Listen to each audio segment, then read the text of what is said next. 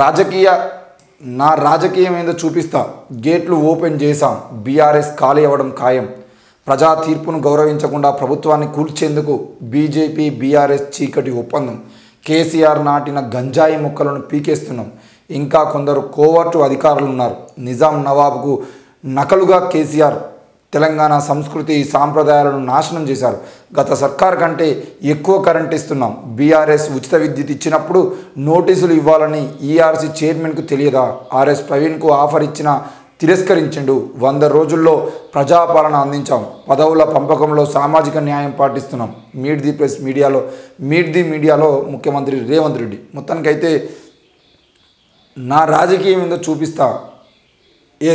సరిగ్గా కడియం శ్రీహరి కానీ రాజాసింగ్ కానీ 60 రోజుల్లో ఈ ప్రభుత్వం కూలిపోతుంది, 6 నెలల్లో ఈ ప్రభుత్వం కూలిపోతుంది అని మాటలు మాట్లాడినప్పుడు నేను ఇదే మాట చెప్పిన.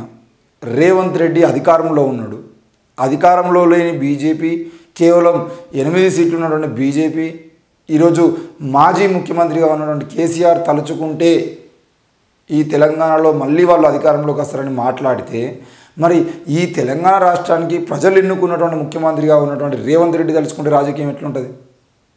కాబట్టి ఎట్టి పరిస్థితుల్లో కూడా అధికారంలో ఉన్నటువంటి పార్టీ వైపు ఎమ్మెల్యేలు కానీ, ఎంపీలు కానీ, ఎంపీటీసీలు కానీ, జెడ్పీటీసీలు కానీ, సర్పంచులు కానీ వీళ్ళందరూ కూడా అధికారంలో ఎవరుంటే వాళ్ళని దాసోహపరచుకోవాల్సినటువంటి అవసరం ఉంటుంది. అందులో భాగంగా రేవంత్ రెడ్డి రాజకీయం మొదలుపెట్టిండు. మరి రేవంత్ రెడ్డి రాజకీయం మొదలు పెడితే ఇప్పుడు చేవెళ్ళ ఎంపీ రంజిత్ రెడ్డి కానీ, దానం నాగేందర్ కానీ, నిన్న పసనూరి దయాకర్ కానీ, అంతకు ముందు రోజు ఇంకో ఎమ్మెల్యే కానీ వీళ్ళందరూ కూడా వరుసగా పెట్టి ఈరోజు కాంగ్రెస్ పార్టీలోకి వచ్చేటువంటి ప్రయత్నాలు జరుగుతున్నాయి. మరి ఆరూరు రమేష్ కూడా బీజేపీలోకి పోయింది, కానీ కాంగ్రెస్ పార్టీకి సంబంధించిన విషయంలో ఆరూరు రమేష్ను వద్దు అనుకున్నాడు కాబట్టి ఈరోజు ఆయన బీజేపీలోకి పోయేటువంటి ప్రయత్నం చేసింది. ఈ రకంగా తెలంగాణలో మా గేట్లు ఓపెన్ చేసినాం, బీఆర్ఎస్ ఖాళీ అవ్వడం ఖాయం అని చెప్పేసి క్లియర్గా రేవంత్ రెడ్డి చెప్తా ఉన్నాడు. ఎందుకు ఖాళీ అవుతుందని అంటే, అటు కవిత లాంటి నాయకురాలని బీజేపీ అరెస్ట్ చేయడం, ఈ పార్టీలో ఉండేంటే రేపటి రోజున మమ్మల్ని కూడా ఏదో కేసులో ఇరికిస్తారు, అరెస్ట్ చేస్తారనే భయము ఎమ్మెల్యేలకు ఉండడం. ఎందుకనంటే వాళ్ళు తక్కువగా వేయలే కదా. ఆ మాజీ ఎమ్మెల్యేలు కానీ, మాజీ మినిస్టర్లు కానీ, మాజీ ఎంపీలు కానీ, ప్రస్తుత ఎంపీలు కానీ వాళ్ళందరూ కూడా చేసినటువంటి రాజకీయం కానీ, వాళ్ళు చేసినటువంటి రియల్ ఎస్టేట్ దందాలు కానీ, వాళ్ళు చేసిన అక్రమాలు కానీ, అరాచకాలు కానీ తక్కువ మొత్తంలో లేవు. కాబట్టి మనం అధికారం లేనటువంటి పార్టీలో ఉంటే తప్పకుండా మాకు అన్యాయం జరుగుతుంది, మా మీద ఏదో కేసులు నడుస్తాయి. ఎందుకంటే నిన్న చూసిరు కదా కరీంనగర్లోని ప్రతిమ మల్టీప్లెక్స్లో చాలామంది అది బోయినపల్లి వినోద్ కుమార్ వాళ్ళ చుట్టపోలది, అది బంధువులది, ఆయనది కాదు అని చెప్పేసి మాట్లాడుతున్నాను. ఏ బంధువులది ఏంది అనేది మొత్తం అందరికీ తెలిసినటువంటి విషయం. ఆ వినోద్ కుమార్ గారికి సంబంధించినటువంటి ప్రతిమ మల్టీప్లెక్స్లో నిన్న 6,67,00,000 రూపాయలు పట్టుబడ్డాయి. 6,67,00,000ని సీజ్ చేసిరు ఐటీ అధికారులు. అంటే ఇక్కడ కాంగ్రెస్ తలుచుకుంటే, బీజేపీ తలుచుకుంటే కవితను అరెస్ట్ చేయగలిగితే, ప్రతి ఎంపీ అభ్యర్థి మీద దాడులు చేయగలుగుతాయి అనే విషయాన్ని క్లియర్గా అర్థం చేసుకున్నారు. కాబట్టి ఈరోజు కాంగ్రెసే మాకు శరణ్యం అని చెప్పేసి కాంగ్రెస్ వైపు పోతున్నటువంటి నాయకులు చూస్తూ ఉన్నాం. మల్లారెడ్డి అల్లుడు కానీ పోయి కర్ణాటకకు పోయి డీకే శివకుమార్ని కలిసి రావడం అన్నీ మనం చూస్తున్నటువంటి విషయాలే. ఇక పోతే ఇందులోనే ఆయన రేవంత్ రెడ్డి మాట్లాడుకుంటూ ఆర్ఎస్ ప్రవీణ్ కుమార్కు ఆఫర్ ఇచ్చినా కూడా తిరస్కరించిండు అని చెప్పేసి మాట్లాడడం జరిగింది. నేను ఆనాడు టీఎస్పీఎస్సీ చైర్మన్కి సంబంధించిన విషయంలో టీఎస్పీఎస్సీ చైర్మన్ పదవిని ఆయనకు ఆఫర్ చేసినా ఆయన తిరస్కరించిండు. అది ఆయన తప్పిదం, మా తప్పిదం కాదు. చాలామంది మాట్లాడుతున్నట్టుగా మేము ఎక్కడా కూడా ఆర్ఎస్ ప్రవీణ్ కుమార్ను వదులుకోవాలనే ప్రయత్నం చేయలేదు, మేము ఆయనకు ఆఫర్ ఇచ్చినాం, ఆయన పట్టించుకోలేదు అని చెప్పి చెప్పిండు. మరి టీఎస్పీఎస్సీ ఆఫర్కు సంబంధించిన విషయంలో ఆనాడు ఆర్ఎస్ ప్రవీణ్ కుమార్ ఆయన ట్విట్టర్ వేదికగా చెప్పడం జరిగింది. నాకు ఎవరు ఫోన్ చేయలేదు, నాతో ఎవరు మాట్లాడలేదు, టీఎస్పీఎస్సీ చైర్మన్కి సంబంధించిన విషయంలో నాతో మంత్రాలు జరుగుతున్నట్లు వస్తున్న వార్తలు మొత్తం అవాస్తవం అని చెప్పేసి ఆయన స్వయంగా లెటర్ అంటే ట్విట్టర్లో రాయడం జరిగింది. మరి ఆయన రాసిన మాటలు నమ్మాలా, లేకపోతే ఈరోజు రేవంత్ రెడ్డి చెప్తున్న మాటలు నమ్మాలనేది కూడా అర్థం కాని పరిస్థితి. ఏది ఏమైనా ఇప్పుడు ఎన్నికల కోడ్ వచ్చిందని ఇక నా రాజకీయం ఎలా ఉంటుందో చూపిస్తానని అసలు కథ ముందుందని సీఎం రేవంత్ రెడ్డి అన్నారు. ప్రస్తుతానికి ఒక గేటు మాత్రమే ఓపెన్ చేశామని ఆయన కీలక వ్యాఖ్యలు చేశారు. ఇక ముందు ఎవరెవరు చేరుతారో ఇప్పుడే చెప్పలేని ఆయన అన్నారు. ద్విపక్ష పార్టీలో ఎవరు లేనప్పుడు గేట్లు తెరిచినా మూసినా ఒక్కటే అన్నారు.